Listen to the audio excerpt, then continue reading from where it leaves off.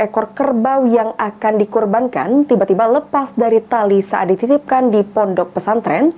Setelah 1 hari hilang, kerbau ditemukan di tengah hutan.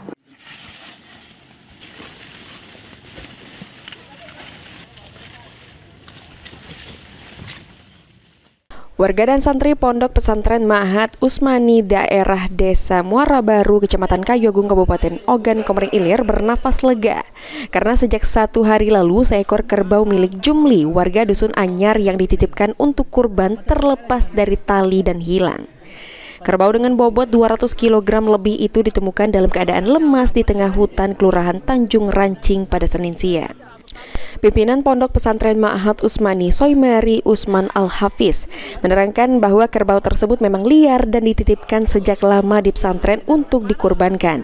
Namun karena khawatir liar, mata kerbau tersebut sempat ditutup menggunakan kain, namun dilepaskan oleh para santri sehingga kerbau tersebut mengamuk dan terlepas dari ikatan talinya. Setelah ditemukan, warga sempat kewalahan menjinakkan kerbau tersebut dan akhirnya berhasil dievakuasi. Untuk selanjutnya, kerbau akan disembelih pada hari kedua Idul Adha bersama hewan kurban lainnya yang sudah disiapkan di Pondok Pesantren Ma'had Usmani, Muara Baru. Ini lepas pas sehari sebelum menjelang Lebaran. Perkirakan sore jam 5 hari Ahad kemarin. Itu ngapa Ustaz bisa lepas itu Ustaz? Kan kerbau ini diberikan oleh jamaah yang ingin berkorban, namanya Pak Jumli. Nah, kerbau ini memang diingun dipelihara di daerah Bedamaran Timur. Jadi memang kerbau ini terbiasa bebas kan? Nah, akhirnya setelah ditangkap 10 hari di situ dianggap sudah jinak, akhirnya diserahkan ke pondok pesantren. Nah, pas di pondok pesantren kan dia jinak.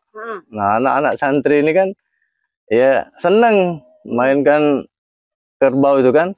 Akhirnya diajaknya mandi. Setelah mandi kan kerbau itu kalau dia yang dari alas, yang liar ini kan ditutup mata.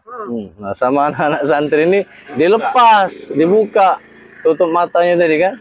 Ya akhirnya setelah dibuka itu mungkin balik lagi, liar lagi. Tadi alhamdulillah sudah bisa ditangkap dan ini sedang proses untuk dikeluarkan, dibawa kembali ke pondok pesantren dan insya Allah besok akan kita sembelih bersamaan dengan hewan-hewan korban yang lain. Novan Wijaya, PAL TV.